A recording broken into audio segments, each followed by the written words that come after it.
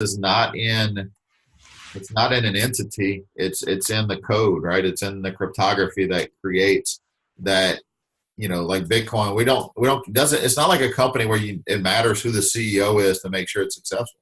Mhm. It doesn't really matter who Satoshi Nakamoto really is that created Bitcoin, because any cryptographer, anybody that understands math and the code can look at it and see that, hey, this works. This is it, right?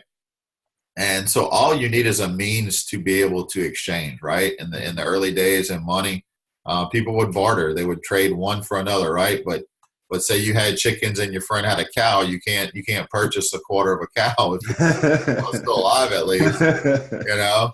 But if you want it for milk, you got to get the whole cow. You can't get a quarter of it. So that's kind of where currency came in. And it started with gold and silver, and then they started with dollars being backed by gold and silver, and then that went away just because it was just inflated. It was printed and printed and printed. I mean, if you get a dollar bill from the early 19 the early 20th century, 100 years ago, it said it was a gold certificate or silver certificate, right? It doesn't do that anymore, because now it's just a note. It's paper. So when people typically say, well, digital currency doesn't, it's not tangible, it can't have any value. And what really determines value is scarcity and demand, right? If there's a demand for it and there's scarcity, then there's going to be a value associated with it. And that's typically where we're moving with this. It's just a better way. A lot of the intricacies you're going to find are going to work themselves out. And a lot of people, like my parents' age and people like that, they're scared. Just not. I don't think it's necessarily that it's cryptocurrency. It's just some of the things to get in. Some of the barriers to get in are hard to learn and can be kind of daunting. Whether it's like you got to protect your private keys and all of this. So that's kind of where I started my platform, is to teach on that, because you got to break down those barriers to make it easy. Um, True mass adoption is going to happen when people are spending cryptocurrency every day and they don't even realize it, right? When it's that seamless. The computers came out and you had these. I remember, as a young kid, getting on the first computer we got, and just having to go to those green screens and try to type commands to do what you wanted to do, right? And then someone came out with a Windows interface that just basically laid on top of that. Those commands are still happening in the background. It's just there's platforms on top of it, and that made acceptance and adoption go that much further. Same thing's going to happen here, right? It's going to be programs and platforms and companies that come up with use cases that are going to make it seamless, and that's when it's really gonna really take off, and it solves a lot of problems too. Like I mentioned, with stock. I mean, who's to say that one day stock is not traded on the blockchain because they can only have one owner? It's verifiable that you own it. There's no dispute.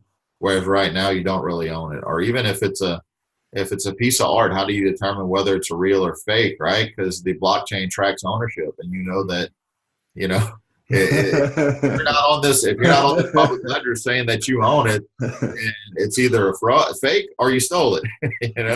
It solves so many problems, and it's more than just money. It's about, like you said, security. It's not having to go through a title company. I'm in the process of selling my house right now. I have an agent, and he's wonderful, but you pay a lot of money to middlemen that take a lot out of the economy. And I'm not saying those people don't have value. They totally do. But imagine a world where you can have those people controlling so much more simply, where they can be like, oh yeah, it's easy. You can just sign in. You can see if your house got checked in your title. It's a yes, no, it's binary. It's becoming, yeah, like you said, mass adoption and understanding, hey, our world is moving in this direction, and it can either be a freeing thing for our people, or it can be even further enslavement for our people. And that's one of the areas that I question with cryptocurrencies. I believe it's the future. I have no doubt in my mind. But I think if people don't become personally responsible, you see JP Morgan's got JP Morgan coin now. Guess what? A year and a half ago, Jamie Dimon was like, this is a fraud. Warren Buffett, this is a fraud. There's no value here. And a couple other things real quick is I'd like to finish this off. And I like to finish this off is, where can we reach you? Where can we find your podcast information, Wayne? Yeah, absolutely. So my biggest presence right now is on social media. So Facebook, I have From No Crypto to No Crypto. From NO Crypto, for those of you listening, to Crypto.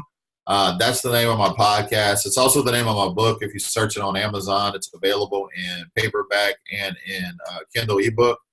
And my podcast is same name, From No Crypto to No Crypto.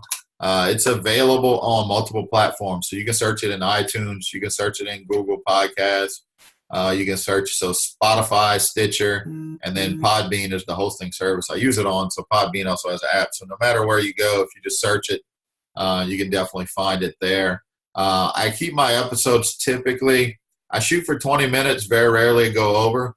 Right. Just like my book being short, people's attention span is a lot smaller than so I like to try to target those people that, I can read this book in a weekend, right?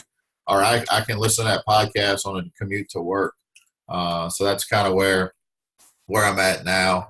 Where people can typically connect with me there, and you can find me on other platforms as well too. But that's the main one right now. While I build out my website completely to eventually migrate to there. But that's where I'm at. Well, Wayne, it's been an absolute pleasure. And before I let you go, I cut off a minute at the beginning of my introduction. So I want to just recap that quick and we can edit it back together. Okay. This is the Pendulum Talks. We have Wayne Marcel from No to No Crypto. I want to shout out to Zach Abukar, who is a friend of mine from high school and friend of Wayne of his business networking.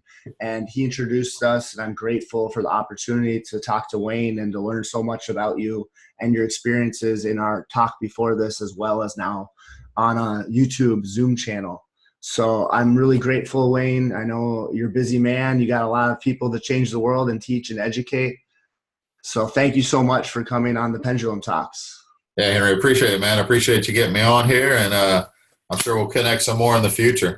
And let's break down some barriers and get some more people into the cryptocurrency space.